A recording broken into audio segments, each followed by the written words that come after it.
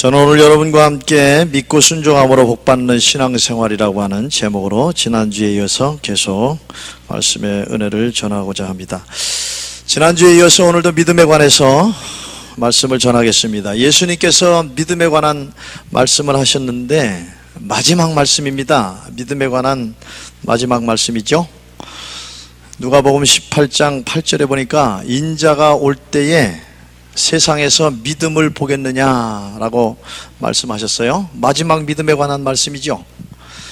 예수님이 이 땅에 다시 오시겠다고 그랬는데 예수님이 다시 올 때에 세상에서 믿음을 보겠느냐, 믿음 있는 사람을 보겠느냐, 그 말씀입니다.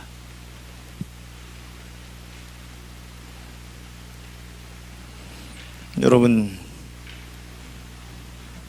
둘러보세요. 믿음 있는 사람이 있나?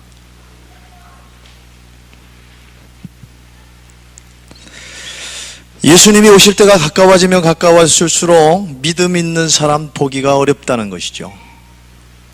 종말의 때가 가까워지면 가까워질수록 믿음 있는 사람 보기 어렵습니다. 예수님 말씀이에요.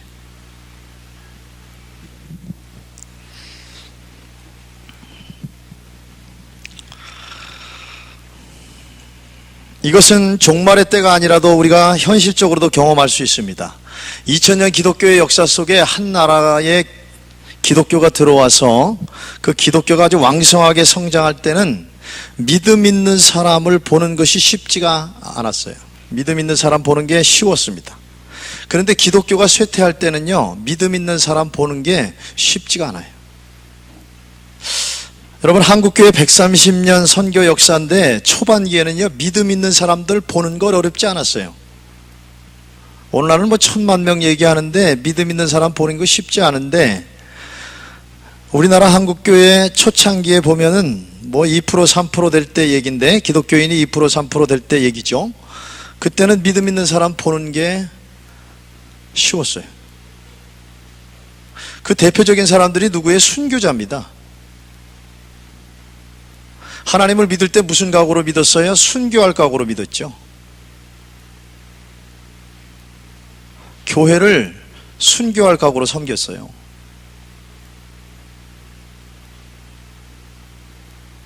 양지에 가면은 기독교 100주년 기념관 있잖아요. 가보신 분은 알 겁니다.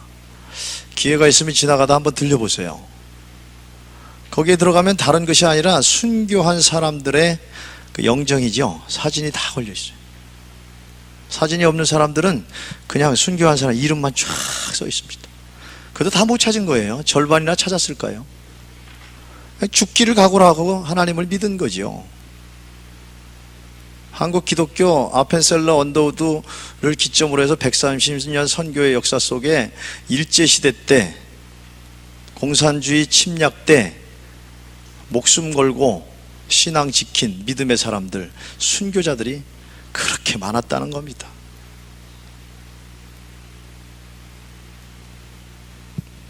그런데 요즘 어떻습니까? 믿음 있는 사람 주변에 보입니까?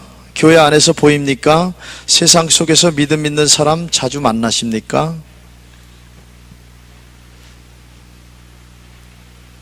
하나님 이 시대에 우리에게 말씀하십니다. 믿음 있는 사람을 보고 싶다라고 말씀하시는 거죠. 한국교회 현실 속에서 믿음 있는 사람 보고 싶어 하시는 겁니다. 오늘 저와 여러분들이 감히 이 하나님의 말씀에 부응할 수 있는, 하나님이 찾으시는 믿음의 사람 될 수 있도록 그런 각오로 신앙생활 하셨으면 좋겠습니다. 아멘. 그런 각오를 좀 하세요.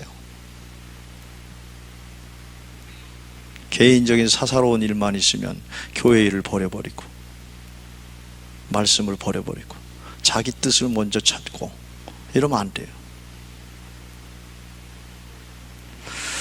믿음이 있는 사람과 믿음이 없는 사람의 차이가 무엇일까? 그거 알기 위해서는 믿음이 무엇인지를 분명히 알 필요가 있는데, 믿음이라는 게 무엇일까요? 믿음이라는 게 무엇일까요? 이렇게 저렇게 많은 설명을 할 수 있겠지만요, 간단하게 말하면 믿음이라는 것은 믿는 겁니다. 믿는 거죠. 믿는 겁니다. 믿는 거예요. 모든 종교는 다 믿음이 있는 거죠. 믿는 거죠. 근데 기독교는 뭘 믿는 거죠? 하나님의 말씀, 성경을 믿는 것이죠. 그게 믿음입니다. 성경에 기록된 하나님 믿는 겁니다. 성경에 기록된 예수님 믿는 겁니까?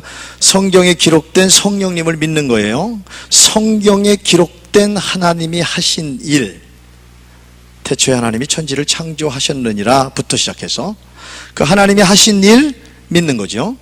성경에 하나님이 앞으로 하시겠다 그렇게 기록된 것 있죠? 그걸 앞으로 하실 일, 성경에 기록된 하나님이 앞으로 하실 일, 요한계시록의 새하늘과 새 땅, 그 하실 일, 그 성경에 기록된 하나님의 말씀, 결국은 뭐예요? 성경을 하나님의 말씀으로 믿는 것, 그게 믿음입니다. 아셨죠? 그게 믿음이에요.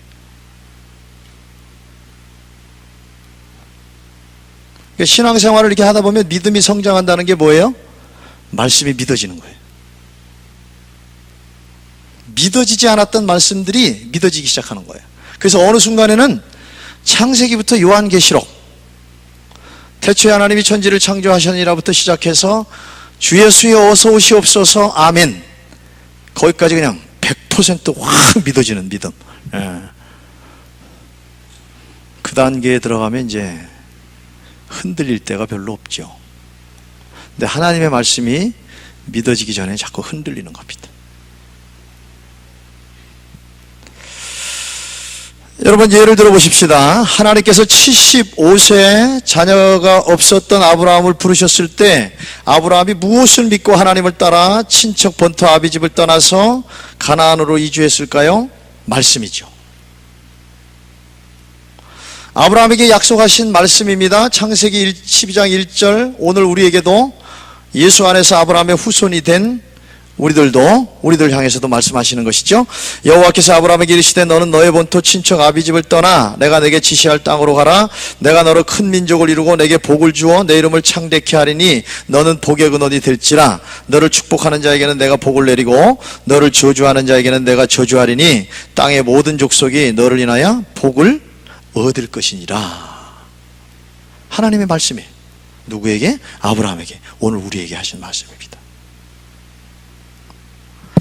바벨탑 사건 이후에 모든 인류가 하나님을 믿지 않고 우상을 섬기던 시대에 기원전 2100년경에 살았던 아브라함, 그도 하나님을 믿지 않았고 우상을 섬겼었죠.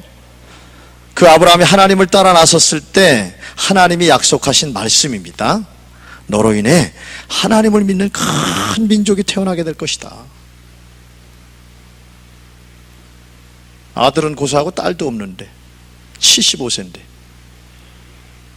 너로 인해 큰 민족이 태어날 것이다. 너는 하나님으로부터 복을 받아 복의 근원이 될 것이다. 너로 인해 땅의 모든 족속이 복을 얻게 될 것이다. 거짓말 같은 말씀을 하셨어요. 인간의 입장에서 믿어집니까? 여러분이 75세의 우상을 섬기고 있었고 자녀가 한 명도 없는데 하나님이 나타나셔서 이 말씀을 하면 아멘, 내가 따라 나서겠습니다, 그렇게 들려져요 이 말씀이?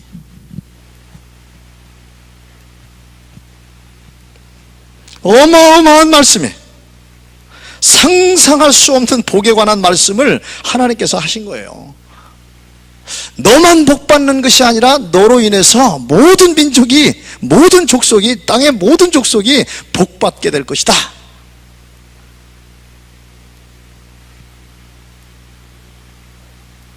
하나님이 하신 말씀입니다. 세상을 창조하신 하나님이 하신 말씀이에요.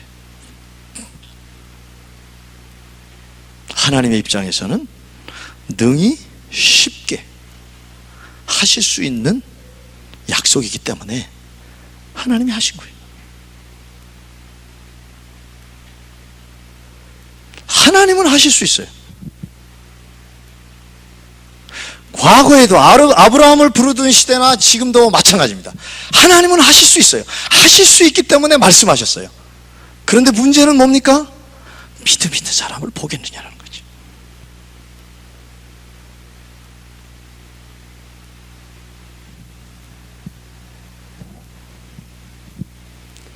아브라함이 이 약속의 말씀이 이루어질 것이라고 믿고 하나님을 따라 나선 겁니다. 창세기 12장 이후에 보면은 그런 말씀이 있어요. 아브라함이 말씀을 쫓아서 갔다 그랬어요. 그런데 아브라함이 흔들릴 때가 있었어요, 없었어요? 있었습니다. 똑같아요. 흔들릴 때가 있었어요. 그런데 흔들릴 때마다 하나님께서는 이와 같은 말씀을 계속 아주 세뇌당하도록 전해줬다는 겁니다. 아브라함이 100세에 낳은 아들 이삭을 제물로 바치라는 시험을 통과하고 나서까지 계속해서 아브라함에게 처음에 불렀을 때 하신 말씀을 계속해서 하셨는데 성경에 기록된 것만요 8번이나 나옵니다. 넌 복의 근원이 될 것이야. 너로 인해서 큰 민족이 탄생할 것이고 너로 인해서 모든 족속이 복을 받게 될 것이다. 이런 내용의 말씀을 이삭 바치고 나서까지 8번이나 하셨어요. 이런 기록을 보면 하나님께서 아브라함의 믿음이 흔들릴 때마다 계속해서 반복해서요 복에 관한 말씀을 하셨기 때문에 아브라함이 말씀에 대한 믿음을 유지할 수 있었고 또 점점 믿어지기 시작했고 결정적인 사건 아브라함이 100세의 아들 이삭을 얻게 되었을 때 믿음이 급상승하게 되었고 하나님의 말씀이 그대로 이루어지게 될 것이라는 확신을 가지게 되었다는 겁니다. 이것이 하나님의 교육 방법입니다. 반복법이. 여러분들이 지금까지 신앙생활을 몇십 년 했던 이제 초반기에 들어섰던 신앙생활 할 때에 반복이라는 생각을 잊어버리면 안 됩니다. 신앙생활을 제대로 하려면 반복이라는 생각을 꼭 붙들고 해야 돼요. 여러분 한 주간 동안 세상 살면서 얼마나 똑같은 일을 계속해서 하다가 오셨습니까? 다람쥐 쳇바퀴 돌듯이 그렇게 살았잖아요. 반복의 연속이었잖아요. 신앙생활도 마찬가지예요. 주야로 말씀을 어떻게 하라고요? 묵상하라고요. 매일마다 쉬지 말고 어떻게 해요? 기도하라. 매일마다 합니다. 반복해야지만이 결과가 나온다는 거죠. 반복을 통해서 열매가 맺어지는 거예요. 하다마다 그냥 하다마다 그렇게 되는 거예요. 열매를 못 보는 거예요.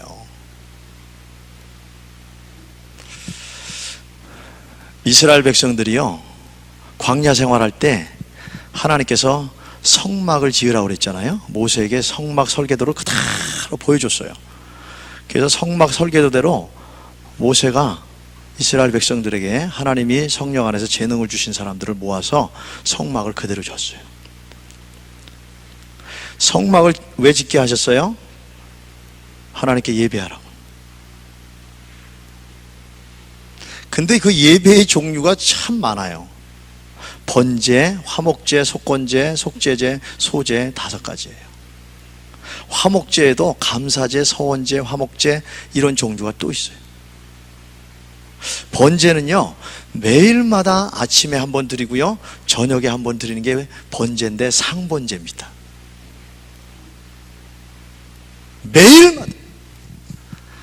매일마다 하나님이 원하는 짐승을 잡아서 아침 저녁으로 예배를 드려야 됩니다.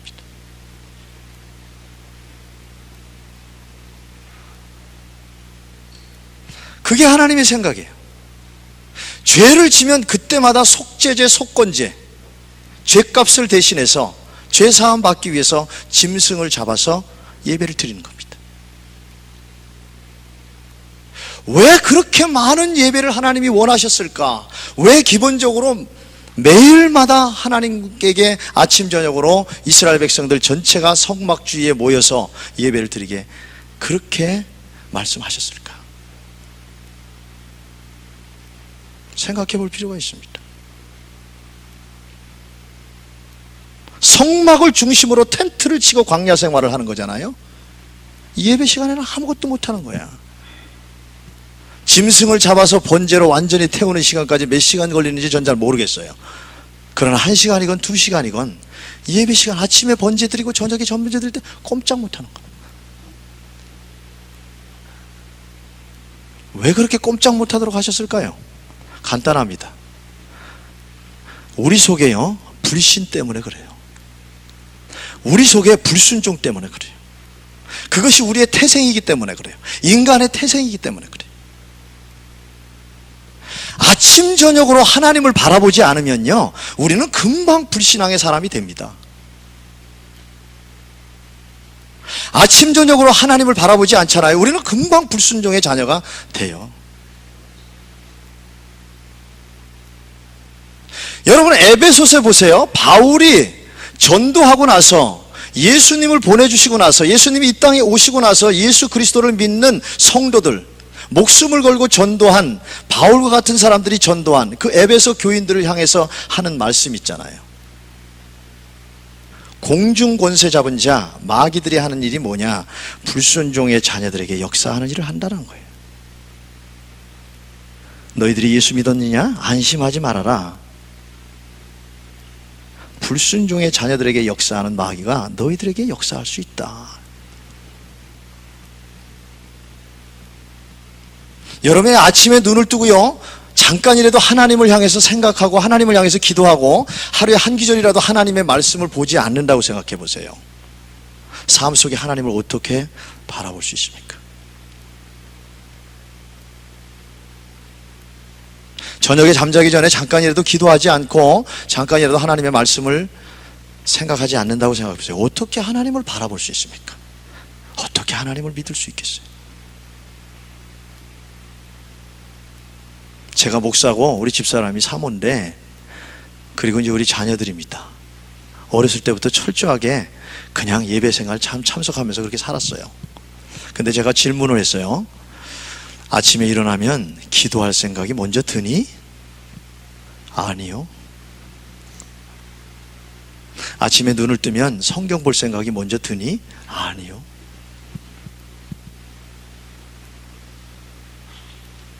큰애 23살인가요? 23년 동안 새벽 기도고, 빠질 때도 있었지만 수요일이고 금요일 다 참석하고, 주일날 고등학교 3학년 때까지 저 뒤에서 방송실 일하고, 그리고 그렇게 신앙생활 했어요. 그런데 아침에 눈 뜨면 기도할 생각부터 들지 않는다는 겁니다. 말씀 볼 생각부터 하게 되지 않는다는 거예요. 왜 그럴까요? 학교 가야 되니까. 학교 가야 되니까. 왜 그럴까요? 잘하든 못하든 공부할 생각 먼저 하니까. 여러분, 왜 그렇죠? 아침에 일어나면 직장 갈 생각부터 하니까 그렇죠. 그 생각만 바꾸면 되는 거예요. 그래서 내가 안 되겠다, 우리 애들부터.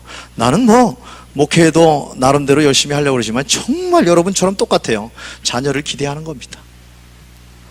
우리 자녀를 통해서 하나님 얼마나 크게 쓰실까, 그거 기대하는 거죠. 그러니까 저렇게 신앙생활하면 안 되겠다, 이런 생각이 드는 거예요. 그래서 달력에다 요즘 체크하게 해요. 아침에 기도, 성경 본 거 했으면 동그라미, 안 했으면 X. 저녁에 기도한 거 성경 달력에 쳐. 안 되겠어요.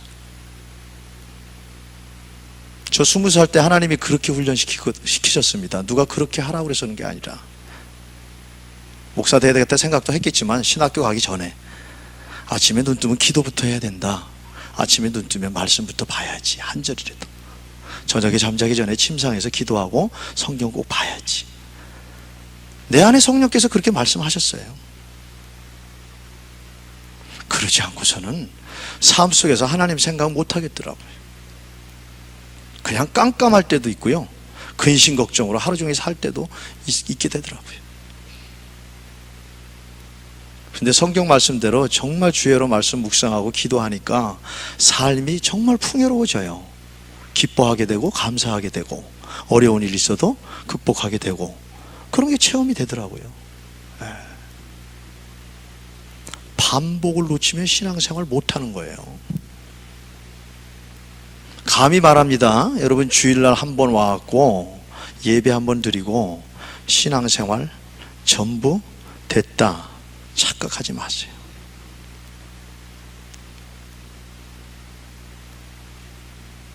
한국교회는 세계적으로 유명한 교회를 탄생시켰어요. 맞아요. 성베드로 성당보다 더 큰 교회들이 꽤 있을걸요? 그런 교회 탄생시켰어요. 한국교회는요, 세계적으로 유명한 목사들 탄생시켰어요.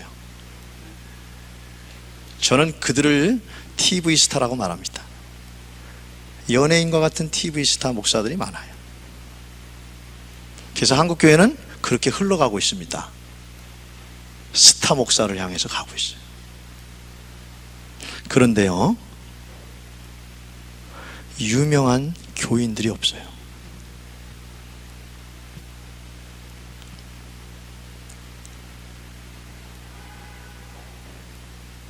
유명한 목사들은 만들어냈는데 유명한 교회 크기의 사이즈의 교회는 만들어냈는데 유명한 교인이 없어요.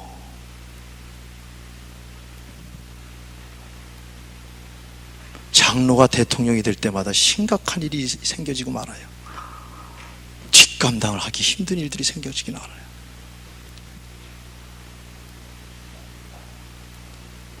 유명한 크리스찬 정치인들을 보기가 어렵습니다.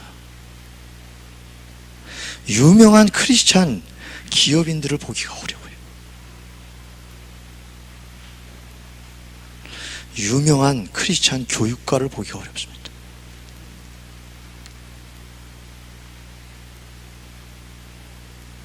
여러분, 근세의 유럽은 기독교인들 중에서 다 유명한 철학자들이잖아요. 데카르트, 샤르트는 아니고 데카르트, 이런 사람들 말이죠. 다 유명한 철학자예요. 한국의 유명한 철학자, 기독교인이 없어요. 왜 그런지 압니까? 간단한 얘기예요. 개인적인 신앙생활을 안 해요.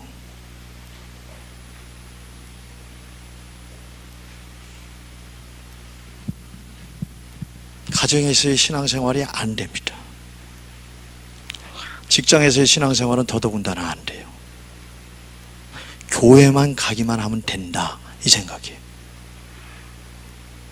교회는 왜 오는 겁니까? 세상하고 연결하려고 오는 거예요. 교회에서의 신앙생활을 왜 하는 겁니까? 세상 속에서의 신앙생활을 연결하려고 오는 거예요.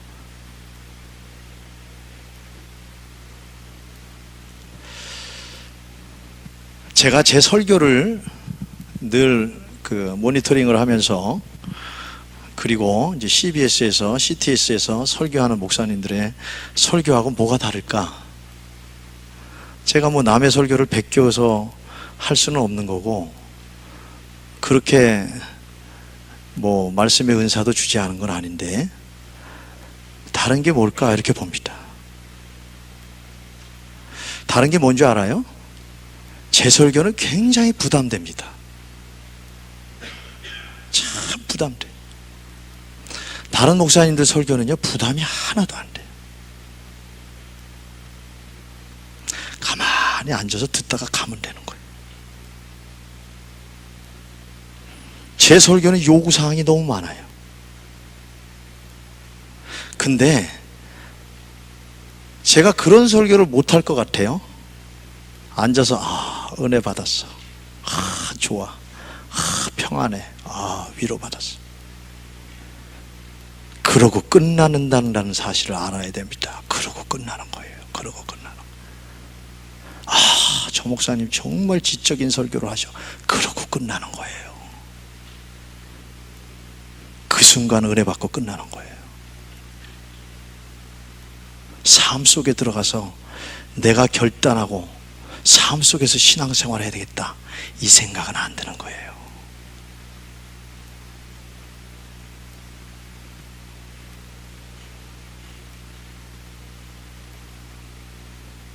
유명한 그리스도인들은 날마다입니다. 아침에 눈 뜨면 하나님 바라보는 거예요. 그래서 되는 거예요. 유명한 하나님이 정말 세상 속에서 사용하시는 큰 인물들은 아침에 눈 뜨면 주의 말씀을 보는 사람들이에요. 세상 속에서 진정으로 빛과 소금의 역할을 하는 사람들은요, 하루가 지난 저녁에 하루를 돌이켜보면서 하나님께 기도하는 사람입니다. 하루 세상 속에서 내가 무슨 말을 의지해서 어떤 말을 들으면서 살았을까? 내가 세상 속에서 오늘 하루도 살아가면서 수없이 많은 말을 들으면서 하나님 말씀에 분명히 바라보면서 그 말씀을 붙들고 살았을까? 나 자신을 침상에서 잠들기 전에 생각해보는 사람들,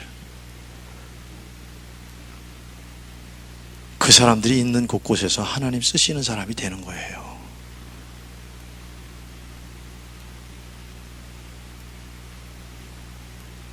하나님은 한국교회에서 이제 그런 사람들을 찾습니다. 언제까지 교회 짓기 경쟁할래? 그렇게 말씀하시지 않아요? 2천억짜리 지었어? 그럼 얼마짜리 질 거야? 몇만 명 모였어? 더 얼마나 모으려고? 쉬하러 말씀을 묵상하는 사람들은 없는데,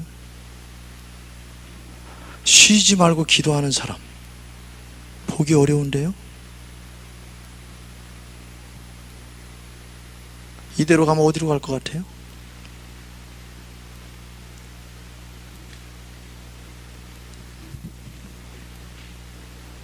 하나님의 교육 방법이에요. 언제까지 기도하라고요? 하나님이 들어오시는 거예요. 언제까지 기도하라고요?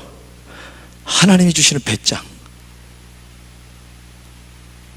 두려워할 필요도 없고 근심할 필요도 없고 염려할 필요도 없고 뛰어넘어서 강하고 담대하게 그 마음을 주시는 그 자리까지.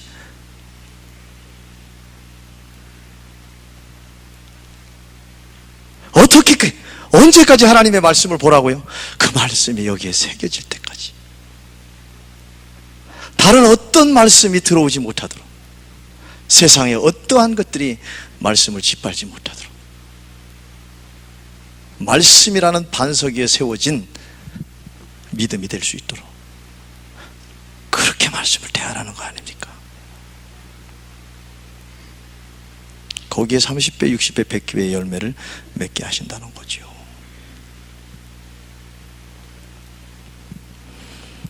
로마서 10장 17절에 보세요. 그러므로 믿음은 들음에서 나고 들음은 그리스도의 말씀으로 말미암는다고 그랬어요. 오늘 저와 여러분들도 흔들릴 때가 있습니다. 그럴수록 말씀 듣기를 사모하며 말씀 앞에 서기를 사모하며 말씀 읽기를 사모하며 말씀 묵상하기를 사모해야 됩니다. 심지어는 어떤 교회들은 말씀을 쓰기도 하잖아요. 지난번에 한 분이 신구약 다 썼잖아요. 이게 다른 분이 쓴 거예요. 신구약 다 쓴 겁니다. 흔들리지 않기 위해서 뭐예요? 말씀 듣기를 사모하고 말씀 읽기를 묵상하기를 마음에 새기기를 반복해야 되는 겁니다. 말씀이 기준이 아닌 다른 것으로 갖고 기준을 하고 판단하니 큰일 나요. 그렇게 일 결정하다가 큰일 납니다. 여러분 자녀들도 보십시오. 자녀들의 신앙이 흔들리는 신앙이 아니라 견고한 신앙이 되도록 할 수 있는 일이 뭡니까? 하나님의 말씀을 부지런히 말해야 된다는 겁니다. 하나님의 말씀이 반복교육은요, 아브라함의 가문을 이어가는 자녀들에게 계속해서 이어지지 않습니까? 이삭에게 또 말씀하십니다. 창세기 26장 1절에 보니까 여호와께서 이삭에게 나타나 가라사대 애굽으로 내려가지 말고 내가 내게 지시하는 땅에 거하라. 이 땅에 유하면 내가 너와 함께 있어 내게 복을 주고 내가 이 모든 땅을 너와 내 자손에게 주리라. 내가 내 아비 아브라함에게 맹세한 것을 이루어 내 자손을 하늘의 별과 같이 번성케 하며 이 모든 땅을 내 자손에게 주리니 내 자손을 인하여 천하 만민이 복을 받으리라. 그 다음에 믿음의 가문을 이어가는 이삭의 아들 야곱에게 똑같이 말씀하시죠. 창세기 28장 14절에 보니까 내 자손이 땅에 티끌같이 되어서 동서남북에 편만할지며 땅의 모든 족속이 너와 내 자손을 인하여 복을 얻으리라. 저도 이 믿음을 갖기를 원해요. 땅의 모든 족속이 너와 내 자손을 위하여 복을 얻으리라.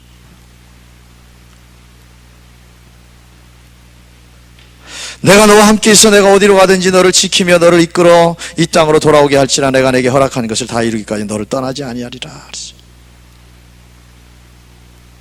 믿음의 4대 가문입니다. 그 4대 가문을 이어가는 요셉에게는 꿈을 통해서 아브라함에게 하신 말씀, 구체적인 말씀을 제시하시죠. 그 내용을 제시하시죠. 37장 6절에 보니까 요셉이 그들에게 이르되 청컨대 나의 꿈을 들으시오. 우리가 밭에서 곡식을 묵더니 내 단은 일어서고 당신들의 단은 내 단을 둘러서서 절하다이다. 그 형들이 그에게 이르되 내가 참으로 우리의 왕이 되겠느냐. 그렇죠. 너로 인해서 모든 족속이 복을 받게 될 것이다. 왕이 되어야 되는 거죠. 왕이. 요셉은 왕. 참으로 우리를 다스리게 되겠느냐 하고 그 꿈과 그 말을 인하여 그를 더욱 미워하더니 요셉이 다시 꿈을 꾸고 그 형들에게 고하여 가로되 내가 또 꿈을 꾼즉 해와 달과 11별이 내게 절하더이다 하니라. 그가 그 꿈으로 부형에게 고하매 아비가 그를 꾸짖고 그에게 이르되 너의 꾼 꿈이 무엇이냐. 나와 내 모와 내 형제들이 참으로 가서 땅에 엎드려 내게 절하겠느냐. 그 형들은 시기하되 뭐예요? 그 아비는 그 말을 마음에 두었다. 그러죠. 너로 인해 모든 족속이 복을 얻게 될 것이다. 야곱이 그 말씀 붙들고 요셉이 꿈꾼 얘기를 듣고 그 일을 이루실 때가 됐구나. 그걸 봤다는 거죠.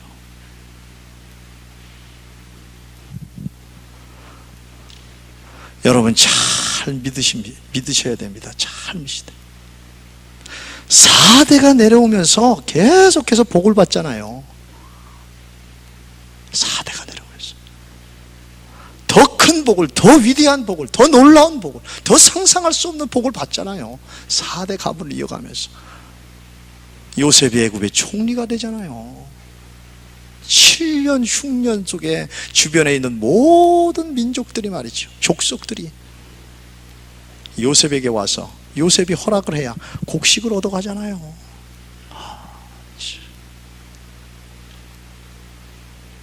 여러분 믿음의 가문을 이어가면서 그런 인물들이 나오기를 주의 이름으로 축원합니다. 하나님의 약속입니다. 하나님이 그렇게 하시겠다는 거예요. 다음에 아브라함의 4대 가문의 비리를 한번 얘기해 줄게요. 그런 어마어마한 비리가 있어도 하나님의 말씀이 이루어진 가문입니다. 여러분은 왜 안 되겠어요? 여러분 가정에 별 비리 없죠?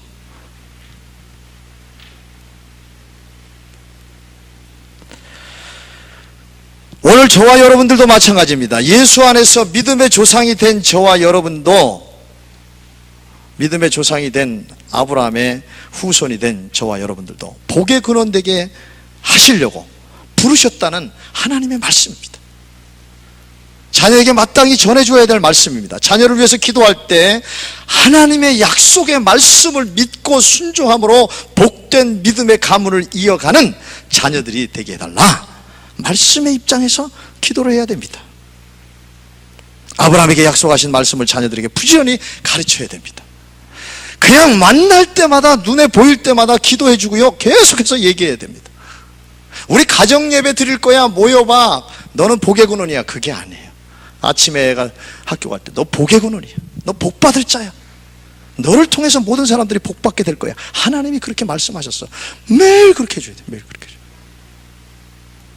그게 맞는 거예요. 그게 사실인 거예요. 여러분 그렇게 하지 않으면 여러분 입에서 저주가 나갈 수 있어요.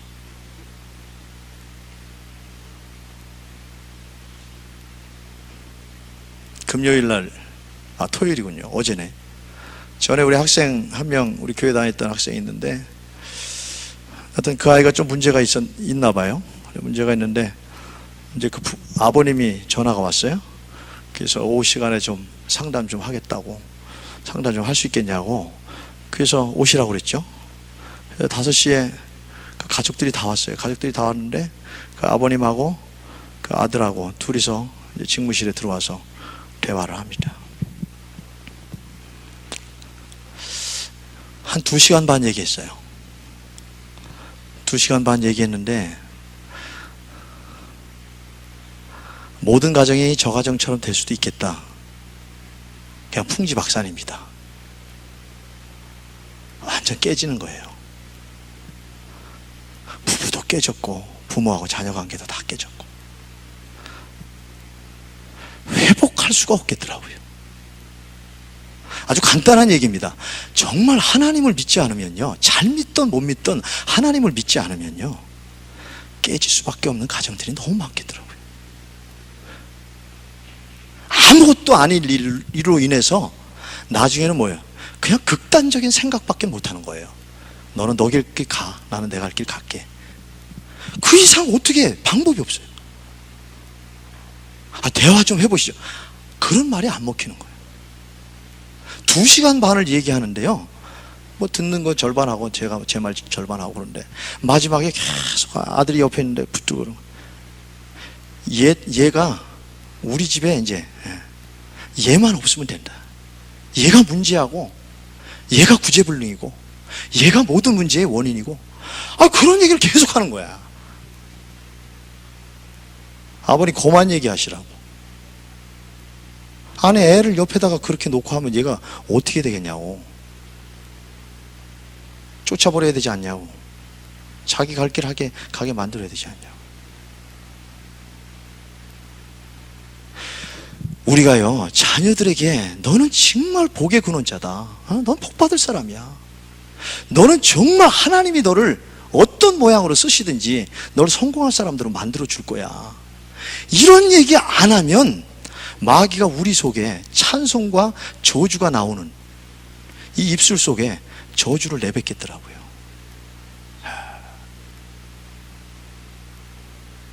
그 아이가 그렇게 문제아가 된 건요, 간단한 얘기입니다. 너는 안 돼. 애가 어렸을 때요, 못 고치는 습관이 있잖아요. 그거예요. 별거 아니거든요. 커보면 아무것도 아닌데 그거 갖고 너 그것도 못 고쳐? 그것도 못 고치면서 뭐가 될 거야? 뭐가 되겠어? 그게 상처가 되는 거예요. 부모가 그 다음부터는 무슨 말을 해도 안 들어오는 거예요. 매를 2, 3일에 한 번씩 대도 안 들어오는 거예요. 여러분, 우리에게 하나님이 얼마나 귀한 말씀을 주셨습니까? 위대한 말씀을 주셨습니까? 여러분에게, 여러분 자녀에게 얼마나 귀한 말씀을 주셨어요. 복의 근원이 된다. 복의 근원이 된다. 여러분, 믿음이 무엇입니까? 믿는 것인데 하나님의 말씀을 믿는 겁니다. 아브라함의 4대 가문은 복의 근원이 될지니라고 하는 말씀을 믿고 복을 누리며 나누며 이어간 믿음의 가문인데, 오늘 본문은 아브라함의 후손인 이스라엘 백성들에게 하신 말씀입니다. 아브라함 4대 가문에게 하신 복에 관한 말씀을 아브라함의 후손인 이스라엘 백성들에게 하신 말씀인데, 동시에 오늘 예수 안에서 믿음의 조상 아브라함의 후손이 된 저와 여러분에게 하시는 말씀입니다. 복에 관한 말씀입니다. 복의 근원이 되라고 하시는 말씀입니다. 여러분, 이 말씀 앞에 정말 생각을 바꿔야 됩니다. 나만 잘 먹고 잘 살기 위해서 예수 믿는 거 절대로 아니라고 하는 거, 이 생각 다짐해야 됩니다. 이 말씀 앞에요, 복은 오직 하나님으로부터 오는 것만이 진정한 복이고 그것만이 참된 복이고 나누어 줄 수 있는 복이라는 그 생각을 분명히 가져야 됩니다. 복이라는 것은요, 하나님을 믿는 사람들이 하나님으로부터 복을 받아서 세상에 나누어 주어야만 세상이 참된 복을 누리면서 살게 된다는 그 생각을 분명히 가져야 될 말씀입니다. 이런 얘기예요. 하나님을 믿는 사람들이요, 하나님으로부터 복을 받지 못하고, 하나님을 믿는 저와 여러분들이요, 하나님으로부터 받은 복을 세상에 나누어 주지 못한다고 하면 세상 사람들은 엉뚱한 복을 추구하게 된다는 거예요.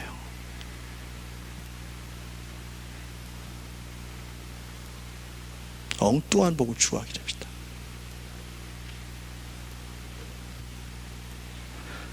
하나님 믿는 사람이 하나님으로부터 받은 복을, 그 증거를 내놓지 못하면 세상 사람들은 하나님으로부터 오는 복 안 믿어요.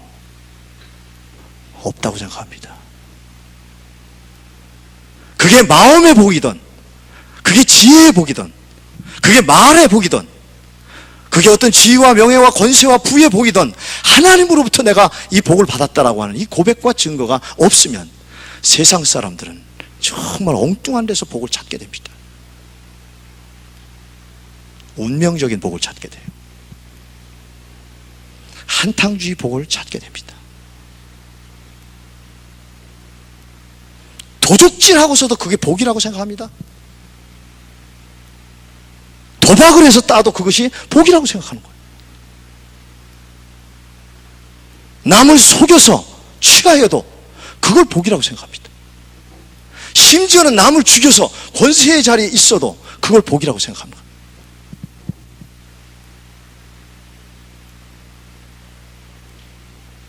대통령이라는 자가 나라 돈을 다 해먹어도 그걸 복이라고 생각하는 거예요.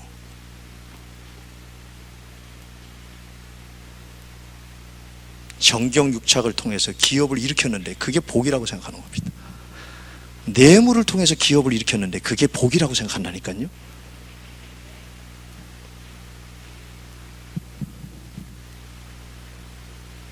하나님 믿는 사람이 하나님을 잘 믿어서 받는 복, 그 복을 얘기하지 않으면, 그 복을 증거하지 않으면, 그 복을 나누어 주지 않으면요, 이 세상이 어떻게 돌아간다는 사실을 알아야 돼요. 우상에게 절하면서 복을 구한단 말이에요. 점쟁이를 찾아가서 복을 구한다니까요.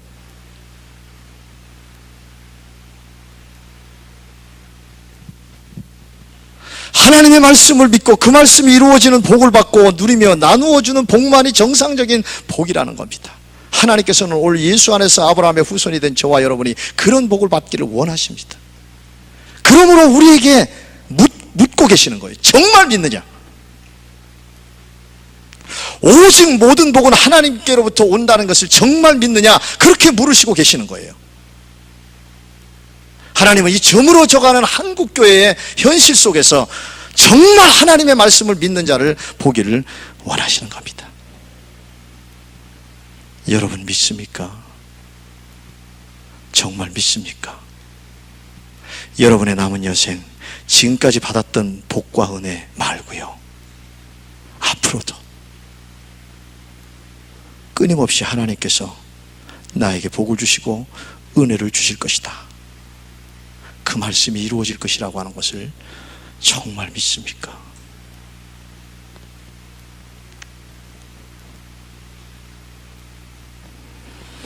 복에 관한 말씀을 여러분들이 믿는다면 다음 말씀을 분명히 확인해 볼 필요가 있습니다.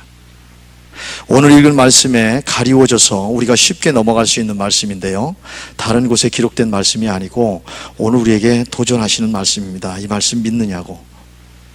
복에 관한 말씀 믿어? 그럼 이 말씀도 믿어야 돼. 그 말씀이 28장에 있어요. 그게 신명기 28장 15절에서부터 나옵니다. 내가 만일 내 하나님 여호와의 말씀을 순종하지 아니하여 내가 오늘날 내게 명하는 그 모든 명령과 규례를 지켜 행하지 아니하면 이 모든 저주가 내게 임하고 내게 미칠 것이니 내가 성읍에서도 저주받으며 들에서도 저주를 받을 것이요 또 내 광주리와 떡반죽 그릇이 저주를 받을 것이요 내 몸의 소생과 내 토지 소산과 내 우양의 새끼가 저주를 받을 것이며 내가 들어와도 저주를 받고 나가도 저주를 받으리라. 아멘 하셔야 됩니다. 아멘 하셔야 돼요. 신명기에 나오잖아요. 이 말씀을 거역하는 자는 저주를 받을지니라. 이스라엘 백성들은 아멘 할지니라 그랬어요. 저주 받는다는 말씀에도 아멘 할 줄 알아야 돼요. 제가요, 이 저주에 관한 말씀이요, 축복에 관한 말씀보다 한 2배 이상 됩니다. 35절까지 이어져요. 이런 저주, 저주의 종류에도 쫙 열과. 제가 이걸 다 읽어주려다가 너무나 끔찍해서 그냥 여기서 끊었어요.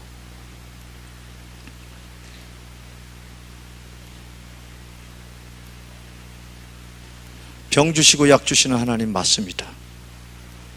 세상을 창조하신 분은 그분뿐이기 때문에 그래요. 그분을 믿지 않으면 우상을 섬기는 것이고, 그분을 믿지 않으면 인간이 만들어 놓은 신을 신격화시키고 하나님 자리에 대신하게 되기 때문에, 하나님을 믿지 않으면 세상 것을 하나님 대신하는 자리에 올려놓기 때문에, 제정신 아닌 인생을 살아가게 되기 때문에 하나님을 믿지 않으면 저주를 받는다고 말씀을 하신 겁니다.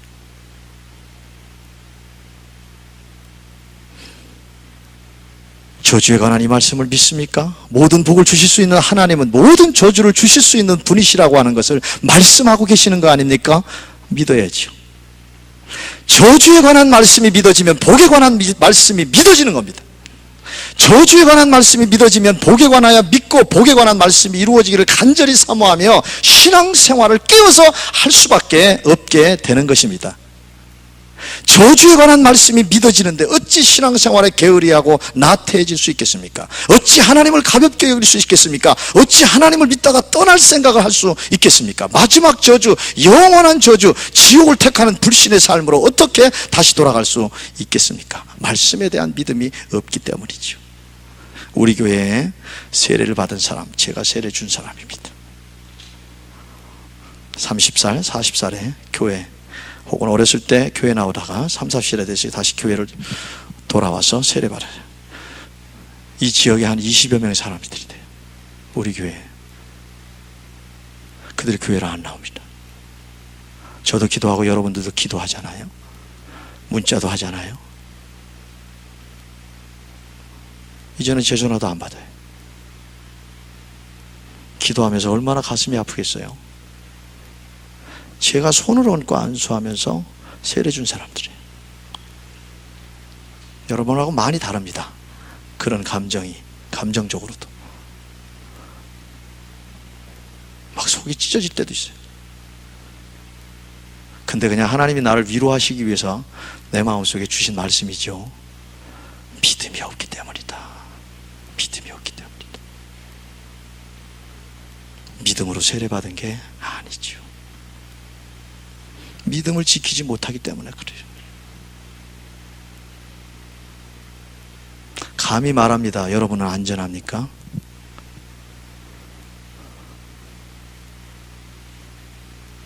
하나님의 말씀에 대한 믿음 말이에요. 안전해요? 하나님의 말씀이 점점점 믿어지면 하나님께 가까이 가는 거예요. 하나님의 말씀이 믿지 않기 시작하면 뭐예요? 하나님으로부터 멀어지는 거예요.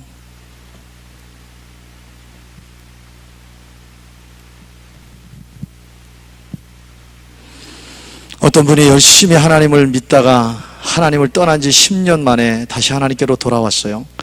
그 10년의 세월은 하나님을 부정하는 삶이었고 정신적 고통의 삶이었다고 고백하더라고요. 그런데도 하나님을 찾을 생각을 하지 못했답니다. 이 동네 이사 와서 우리 교인에게 전도를 받았는데, 전도가 아니죠. 그야말로 왕년에 열심히 신앙생활 했던 사람이니까. 근데 전도 받았는데 사람 사귀어야 되겠다 이런 생각하고 우리 교회에 왔다는 거예요. 하나님께 내가 다시 가야 되겠다는 게 아니라 사람 사귀어야 되겠다. 그리고 교회로 온 거예요. 수요 여성 예배에 딱 참석했는데 모니터에 찬송과 가사가 딱 떴잖아요. 그야말로 10년 만에 찬송과 가사를 본 거예요. 그렇게 열심히 신앙생활 했는데 10년 동안 찬송과 가사도 한번 들여다보지 않은 거예요.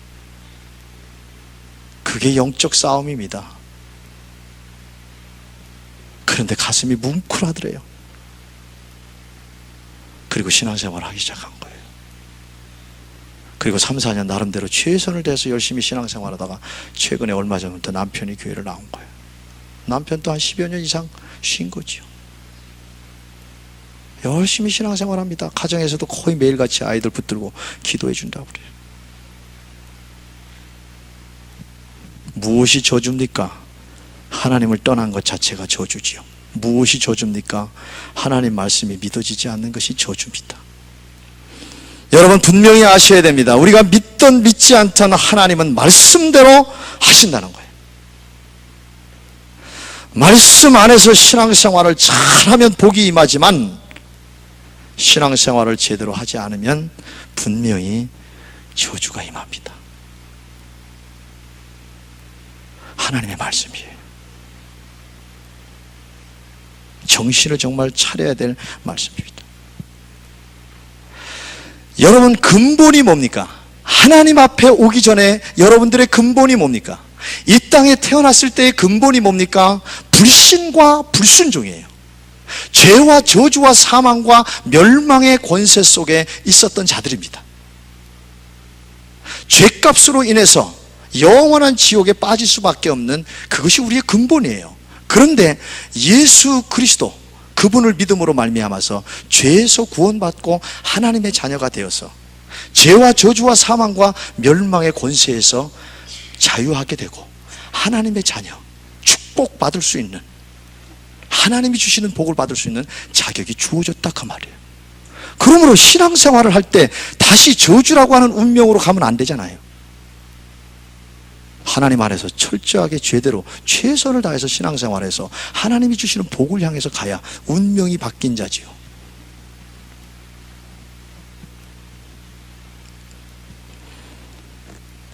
복의 근원으로 부름받은 오늘 저와 여러분이 복받는 사람이 되면 여러분이 속한 가정과 직장과 사업체가 나아가서 이 나라와 이 민족이 복된 세상이 되는 것이고, 복의 근원으로 부름받은 오늘 저와 여러분들이 저주를 받는 불신의 삶을 살게 된다면 오늘 저와 여러분 때문에 가정이, 직장이, 사업체가, 나라와 민족이 저주를 받게 됩니다. 하나님의 아들들이 사람의 딸들의 아름다움을 취하여 타락하기 시작해서 노아의 홍수가 임하게 됐어요. 하나님의 아들들이, 하나님의 자녀들이 하나님을 잘 믿지 않으면요, 종말의 때가 금방 옵니다. 현실적으로도 어려워져요. 여러분, 가정 하나님 잘 믿는 사람 때문에 유지되는 거예요. 아니, 복 받는 거예요.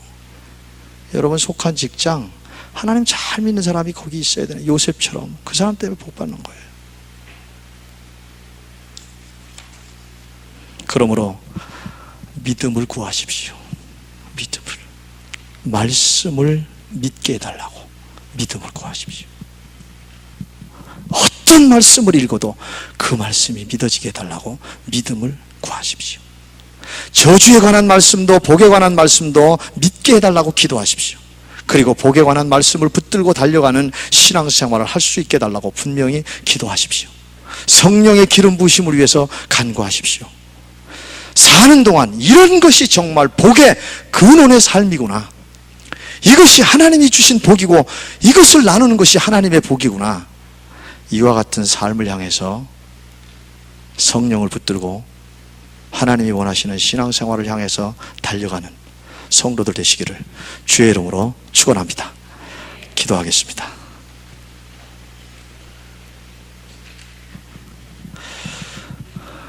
여러분, 믿음을 구하십시오. 말씀을 있는 그대로 믿게 해달라고, 어린아이처럼 그대로 순수하게 믿게 해달라고 믿음을 구하십시오.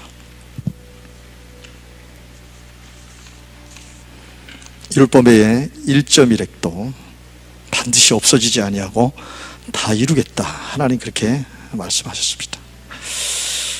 우리가 저주를 향해서 가면 안 됩니다. 정말 안 돼요. 저주도 복은 복이죠. 깨달음은 복이지만 저주로 한번 가면 돌이키기가 참 어렵습니다.